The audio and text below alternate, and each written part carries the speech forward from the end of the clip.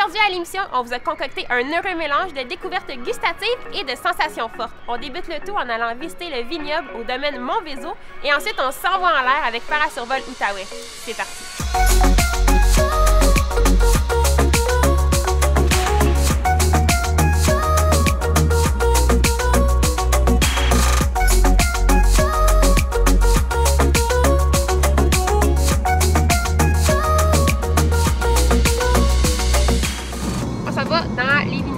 On va aller apprendre à comment bien couper les vignes des raisins pour pas blesser le plant. Ensuite, on s'en va dans du côté usine pour laver les raisins et faire un peu voir comment on fait une production de vin.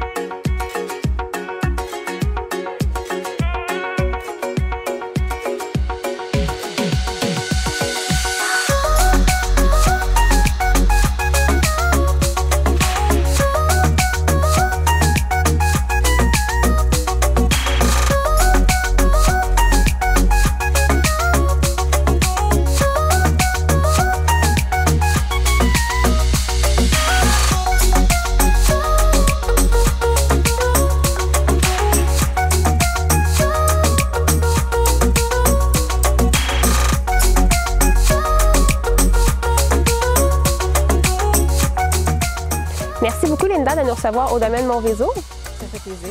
Est-ce que vous pouvez nous parler un petit peu du domaine Montvézo? Oui, en fait, le domaine Montvézo a pris naissance en 2002, quand nous, on a acheté la propriété ici à Ripon. Et on cherchait une terre pour partir un vignoble. On est tombé en amour avec la montagne. Magnifique montagne. Elle avait un nom. Donc, après qu'on se soit installé ici, dans la première année, on a fait quelques recherches et on a pu comprendre que cette montagne avait un beau nom qui était le mont Vézo. Et elle devient très colorée à cette période-ci de l'année. C'est vraiment beau pour prendre des photos ici au pied du mont Vézo. C'est là que le nom a été créé. Et pourquoi vous avez décidé de vous installer ici à Ripon?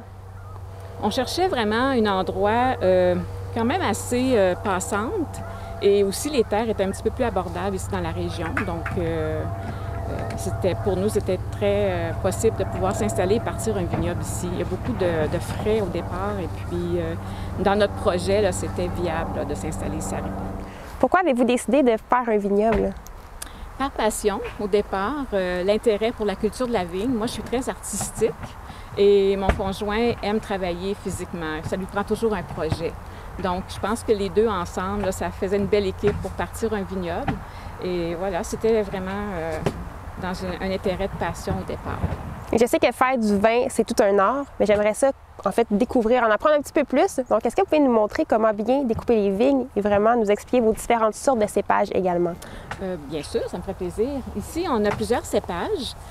Pour le vin blanc, le Boré, on a 4 cépages. Hier, on a récolté le Frontenac gris et le Frontenac blanc. Et 2 jours passés, on a récolté aussi le Vandalclich et le Louis Swanson. Donc, c'est des cépages pour le vin blanc. Ces cépages-là sont vraiment intéressants. On va chercher un côté plus agrume avec la famille des Frontenac gris et blancs. Et on a un côté plus pomme, melon, litchi aussi avec le Vandalclich et le Louis Swanson est très, très pomme aussi, ce qui fait un vin très bien équilibré. Là. Super. Donc, comment on fait pour couper les vignes? Alors, qu'est-ce qu'on va faire? Nous, ici, au printemps, on va faire une taille assez importante où on va sélectionner 8 cannes pour la production à 2-3 bourgeons. Donc ça se passe au printemps, au mois d'avril. On a une équipe qui arrive, 3-4 employés, pour procéder à la taille. Je pourrais vous montrer un petit peu ici ce que ça pourrait donner. Pour avoir une production ici au domaine, étant donné qu'on n'a pas suffisamment de neige pour couvrir, on va travailler plus bas nos vignes. Donc, on s'assure d'avoir un bon rendement sur la production. C'est des bourgeons qui vont produire, vont vraiment être à la hauteur d'un pied environ. Est-ce que c'est difficile de conserver les vignes durant le climat d'hiver? On a des vignes qui ont quand même une bonne endurance. On pourrait aller jusqu'à moins 35. Dépasser moins 38, là, on va s'attendre à avoir des dommages. Mais étant donné qu'on a choisi une taille gobelet, on a vraiment nos cannes pour produire qui sont à partir d'un pied du sol, on assure là, une production. Si on regarde au deuxième fil, on pourrait vraiment pas avoir de production ici par les températures plus froides. Et d'où viennent vos vignes? On a des vignes. Nous, on a un gros producteur à Farnham qui fournit les vignes. Il y a des cèpes qui proviennent aussi du Minnesota, qui ont été développés au Minnesota, donc ils ont une température similaire aux nôtres. Et puis, c'est des greffes, bien entendu, mais les endurances ont été testées en laboratoire. Et c'est quoi la durée de vie d'une vigne? Est-ce qu'après X nombre d'années... Il y a plusieurs vignobles. On regarde des vignobles en Europe, parce qu'on a des vignobles de 100 ans. Là. Je pense qu'on peut s'attendre à avoir des vignes qui vont... S'ils sont bien entretenus, on peut parler de 40, 50 ans. On n'a pas une historique quand même aussi longue ici au Québec, mais il y a des vignobles qui ont 35, 40 ans maintenant. Là. Wow, super. Ici, on a une canne de 2 ans. Donc la canne qui est brune va devenir un bois l'année prochaine. Et c'est sur le bois qu'on va conserver les 3 premiers bourgeons. On va couper ici. C'est nos bourgeons qui vont produire l'année prochaine. Ils vont être à cette hauteur-là. Donc, on ne garde pas ça ici au printemps. On taille vraiment tout ce qui est... Pour s'assurer plus d'endurance. Exactement. Donc, tout ce qui est en bas ici va produire. Donc, ça va être une canne qu'on va conserver pour l'année prochaine. On va garder 8 à 3 bourgeons pour avoir 24 bourgeons. Est-ce qu'il y a des manières de comparer le vin par l'extérieur? Comment faites-vous pour savoir en fait que le raisin est prêt? On va analyser le taux de sucre dans le raisin. Donc, on obtient un taux de sucre assez élevé, aux alentours de 20 Brix. C'est vraiment ce qu'on souhaite avoir. Cette année, on a une saison difficile, donc on n'a vraiment pas notre taux de Brix désiré. On a eu 5 gels consécutifs très tôt maintenant en septembre. Donc, habituellement, on ramasse les raisins à la mi-octobre. Mais quand même, on a fait nos tests de jus. On a pris des baies un peu partout dans chaque cépage. Puis nos jus nous démontrent vraiment une belle qualité quand même. Donc, on est quand même satisfait du goût qu'on va obtenir. C'est un beau cépage. On n'a pas d'acidité en bouche, puis il est vraiment fruité comme cépage, le Sainte-Croix. Vraiment. On peut le comparer aussi au Frontenac rouge. Est-ce qu'on peut... Oui, ben oui. Vers le Frontenac rouge, on va pouvoir... Ça vient ici... noir aussi, un petit peu chocolat. Donc, on fait l'assemblage ici de nos 4 cépages.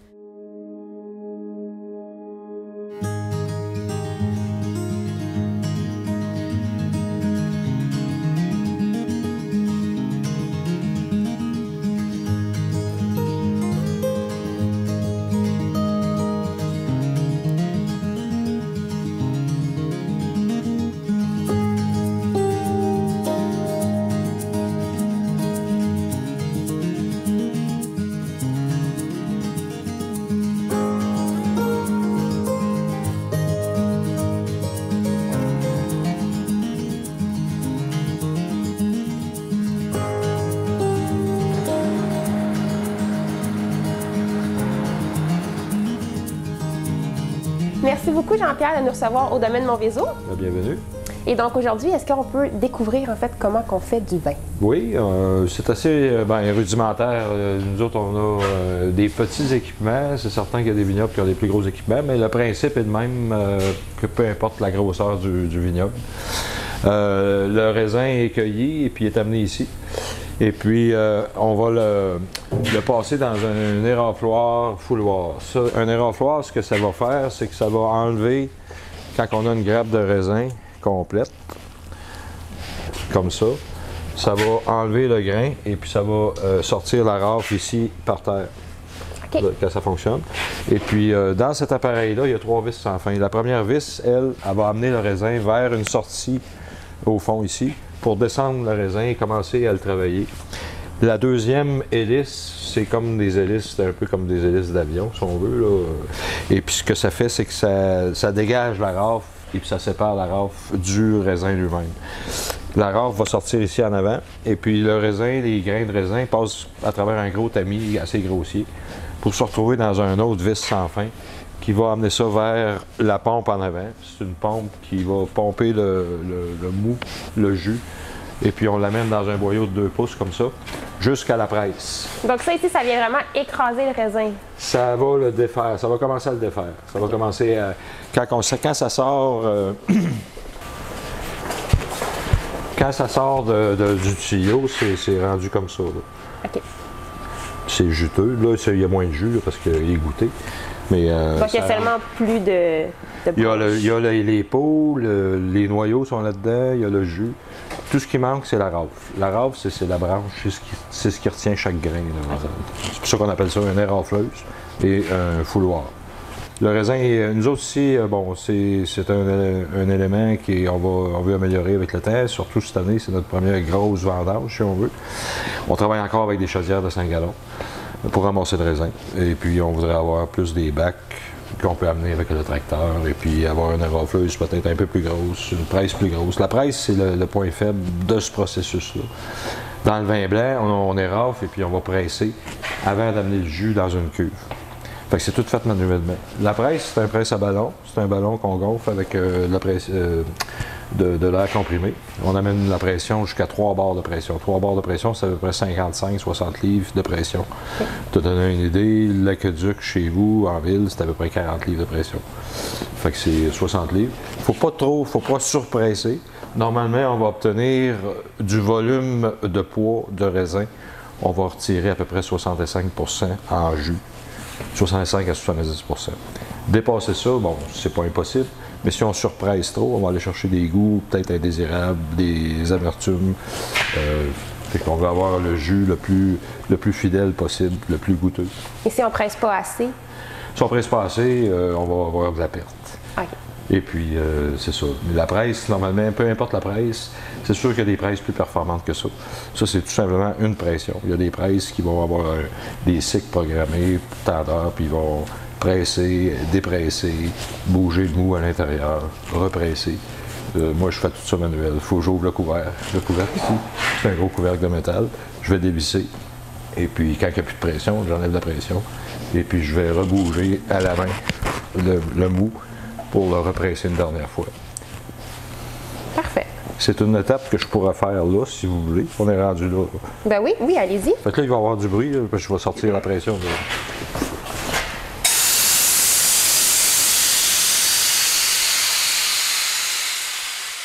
Avec Jean-Pierre, on a suivi les différentes étapes suivant les vendanges.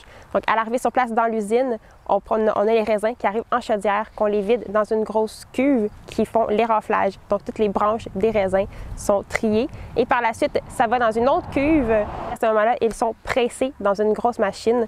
Et ça, ils font le pressage à plusieurs reprises afin de vraiment retirer tout le jus, le plus de jus possible. Ensuite, on prend la chaudière de jus et on la verse dans une autre grosse cuve. Et c'est à ce moment-là qu'il va y avoir la fermentation. Une fois la pression dégagée, on enlève le couvercle. Et il y a combien de raisins dans cette presse? Il y a à peu près 400 kg de raisin dans une presse comme ça. Ils appellent ça une presse de 180 litres, mais en termes de volume de raisin brut, on rentre à peu près 400 kg de raisin. 350 à 400 kg. Si on en met trop, d'un, ça déborde, et puis deux, c'est plus difficile à presser. Parce qu'il y a trop, c'est quand même... Parce qu'à l'intérieur d'une presse comme ça, en plus du grillage qui est la cage, si on veut, on a un canevas qui empêche justement les matières grossières de passer. On veut avoir le jus le plus clair possible. C'est sûr qu'à cette étape-ci, le jus n'est pas extrêmement clair. Il y a encore bien des dépôts dedans. Il va se clarifier, on va avoir des procédures de clarification du jus de vin blanc. Il va se clarifier par des enzymes. On va ajouter des enzymes de clarification. On va le refroidir dans la mesure du possible, à peu près à 8 degrés, pour que le lendemain sur le lendemain, on va pouvoir soutirer le jus le plus clair possible.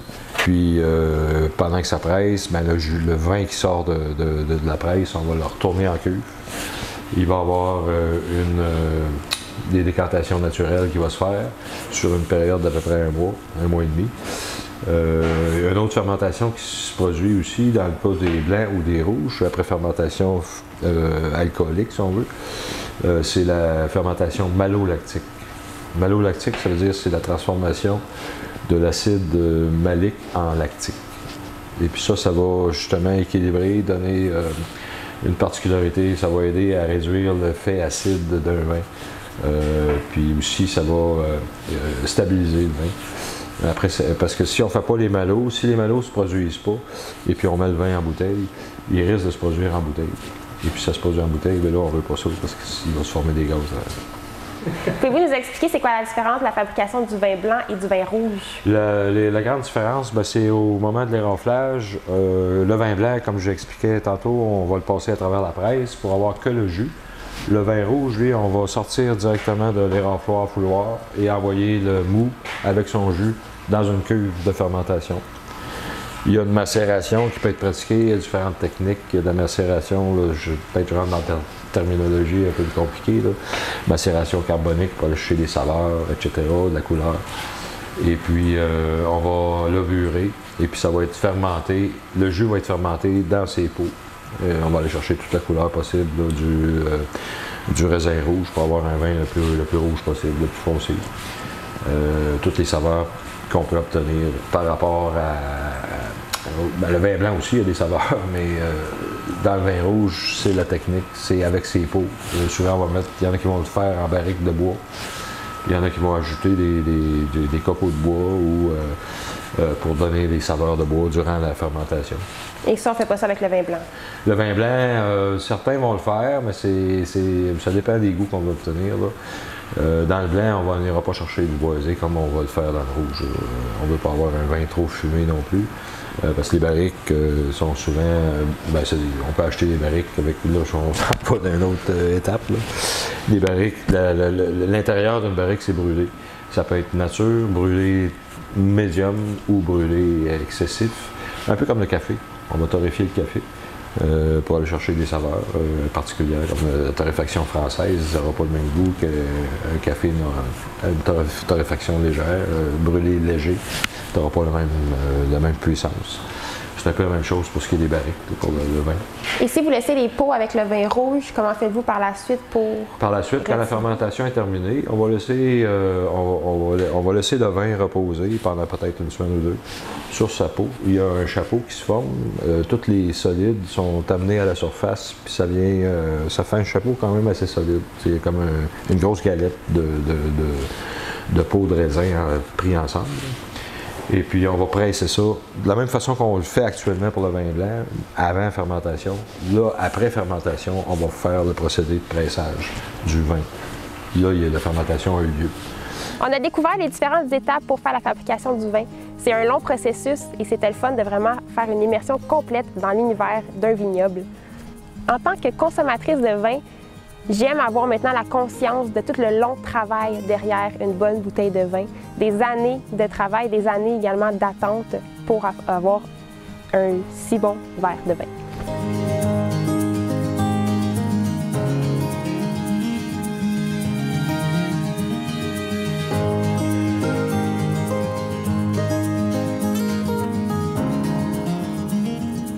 C'est impensable de quitter un vignoble sans déguster leur vin. Alors nous voici avec Le Boré. Santé!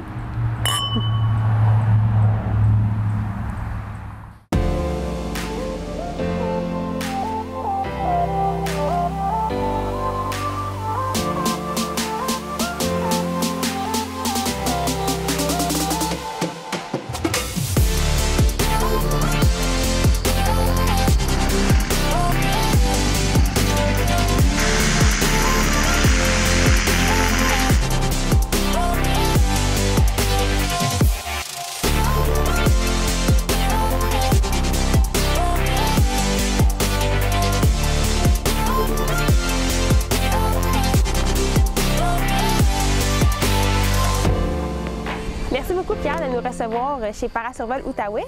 C'est un plaisir. Est-ce que vous pouvez nous expliquer, en fait, c'est quoi qu'on vient faire aujourd'hui? Dans le fond, j'ai une entreprise, c'est une école de paramoteurs. Parasurvol Outaouais, on forme des pilotes en ultra-léger, en voile motorisée. Fait que de la façon que ça fonctionne, c'est qu'on a un parapente avec soit à pied ou en tricycle. Aussitôt qu'on avance, la voile la gonfle, puis on peut décoller. Fait qu'on peut décoller d'un champ, on peut décoller d'un endroit sans être obligé d'être en montagne. Parce que parapente, normalement, c'est juste en montagne, mais paramoteur, on peut faire ça n'importe où. Partout au Canada, États-Unis, Ontario, on amène notre appareil, on décolle d'un champ, ça prend l'autorisation du propriétaire, puis on s'en va faire un vol de paramoteur. Ça fait combien d'années que vous faites ça ici? Ici, ça va faire 5 ans, comme tel que l'entreprise fonctionne Parasurvol. Au début, j'étais instructeur pour une autre école, mais là, c'est une école officielle Parasurvol. Je faisais juste du tandem. Ça veut dire on décollait, puis je faisais expérimenter des vols à un monsieur tout le monde qui voulait connaître c'est quoi le paramoteur. Fait que là, à cette heure, on peut faire des vols et je fais la formation ici au complète là, de paramoteur. Et est-ce que vous pouvez m'en dire plus justement sur l'entreprise Parasurvol? Bien, Parasurvol, comme ça fait 5 ans, moi, ça fait 10 ans que je fais ça, j'ai au-dessus de 2000 vols. J'ai 1000 tandems de fait, puis dans le fond, là, qu'est-ce qu'on fait? C'est de la formation, c'est 30 vols, 5 heures de vol pour chaque pilote qui suit le cours. Puis par la suite, ça lui donne un permis d'ultra-léger. Donc, c'est une école pour faire du paramoteur. C'est ça, c'est ça. On ne peut pas aller faire du tourisme en paramoteur? Bien, un coup, tu as ton permis, bien là, tu peux décoller puis faire tout ce que tu veux. Tu es pilote. Après ça, tu peux voler en solo puis voler partout au Québec, Canada, États-Unis. Est-ce que ça prend certaines conditions, en fait, pour faire les cours? Y a-t-il des restrictions quelconques? Bien, il faut avoir la santé, il faut suivre un médical, là, comme quoi qu'on a la santé pour pouvoir voler, pas que, qu'on ait des problèmes en vol, là, pas qu'on ait de vertige ou pas qu'on ait de problèmes de santé. Puis si on a des problèmes de santé, il faut se faire suivre par un médecin examinateur de l'aviation civile. Fait que, mais c'est pour tout le monde. Là, un coup que tu as la santé pour faire ça, ça prend une dizaine de jours, 10-15 jours pour suivre une formation. Tu as 2 jours théorie. 2 jours de théorie à faire, puis par la suite, ça te donne un permis d'élève pilote. Puis là, on peut faire des gonflages, puis on peut commencer notre 5 heures de vol. C'est quoi des dégonflages? Des gonflages, c'est de la pratique, comment gonfler la voile, comment pratiquer avec le track, faire gonfler la voile pour pouvoir commencer à vouloir décoller. Un coup qu'on est bon, avoir la maîtrise du parapente, à ce moment-là, après ça, on est prêt pour décoller. Et pourquoi vous avez décidé de vous installer en Outaouais? Bien, moi, j'ai commencé en Abitibi-Témiscamingue à voler, il y a 10 ans. En 2009, puis j'ai déménagé par ici pour le travail. Fait que j'ai emmené paramoteur, puis j'ai commencé à faire des vols d'instruction il y a 5 ans, puis j'ai persisté là-dedans. Là. Je trouve ça rare comme activité, c'est pas, il n'y en a pas partout. Les écoles, on peut les compter ses doigts de la main là, au Québec. Là, il y en a 2, 3, 4. Là, fait que je trouve ça le fun parce qu'on fait ça 4 saisons. Printemps, été, automne, hiver. Puis, tu peux décoller, tu n'es pas obligé d'attendre, monter en montagne, attendre des vents idéaux. Aussitôt que tu as des conditions le soir, le matin, bien, tu décolles de n'importe quel champ, puis je trouve ça pratique. Là, on peut faire ça à l'année? À l'année. L'hiver, on peut décoller aussi. L'hiver, tu n'as pas de thermique, c'est super calme, c'est le fun. C'est quoi votre plus belle expérience en vol? En vol, bien, c'est d'avoir survolé justement des endroits comme pas accessibles. J'ai volé, moi, à Cocoa Beach. J'ai fait les Everglades dans les États. J'ai volé à plusieurs endroits que, normalement, on ne voit pas d'alligators rentrer dans l'eau. Là, en paramoteur, on peut se permettre de voir des choses de même. Comme ici, dans l'Outaouais, quand on survole la rivière, bien, on voit le fond de l'eau, on voit des poissons, on voit des oiseaux, on voit des aigles, on voit toutes sortes des chevreuils. C'est la nature qu'on voit d'en haut. Et c'est considéré comme un sport? C'est considéré comme un sport récréatif, loisir. Parfait. Est-ce qu'on peut aller les voir, ces belles... On peut aller voir, puis je vais vous expliquer un peu... Les différences entre les différents? Ça, c'est un petit top 80, c'est comme lui. Lui est une petite affaire plus petit pour les personnes, mettons, 16, 17, 18, 19 ans, ou les personnes comme les femmes de petite corpulence. Ça, c'est ceux standards qu'on retrouve dans toutes les écoles. Ça pèse à peu près 40 livres en tout et partout. Fait que ça, on met ça sur le dos, on gonfle notre voile, on court, donne du gaz, on décolle. Puis après ça, on s'assied sur une petite sellette. Et puis l'atterrissage, comment ça fonctionne? L'atterrissage, tu sors ta sellette qui est ici. Là, tu atterris à pied. On atterrit, on freine, on atterrit sur les pieds. Simple comme ça. Simple comme ça. C'est sûr que c'est beaucoup d'ouvrages, apprendre à gonfler, maîtriser la voile. C'est ça qui est plus compliqué dans le paramoteur, mais c'est le sport plus sécuritaire fait dans des conditions calmes. Pourquoi? Parce qu'on n'a pas à l'ouvrir comme en parachute. Ça, tu gonfles, elle est belle. C'est pas mal ça. Parfait. Ben moi, je pense qu'on est prête. Ben, j'ai hâte. J'ai très hâte.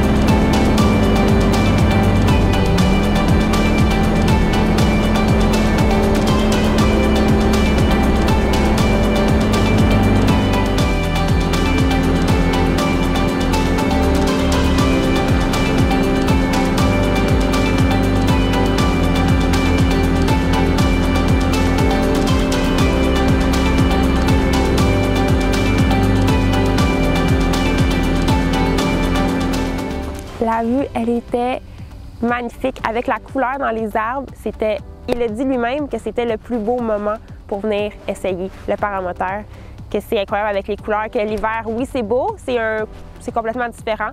C'est tout glacé, c'est tout enneigé, mais à l'automne, avec les couleurs, avec la rivière de l'Outaouais qu'on voyait au loin, c'était magnifique. Et pour descendre, il nous m'a montré une technique qui était la descente en S. C'est une technique qu'ils utilisent s'il y a des intempéries qui arrivent plus rapidement que prévu ou qui n'étaient pas du tout prévues. Donc ça l'aide à descendre plus rapidement.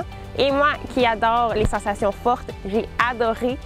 Et aussi, à certains moments, lorsqu'on s'approchait des champs de maïs, on voyait notre ombre. Donc je trouvais ça très, très magnifique de voir l'ombre du parapente. Je me sentais vraiment comme dans un film.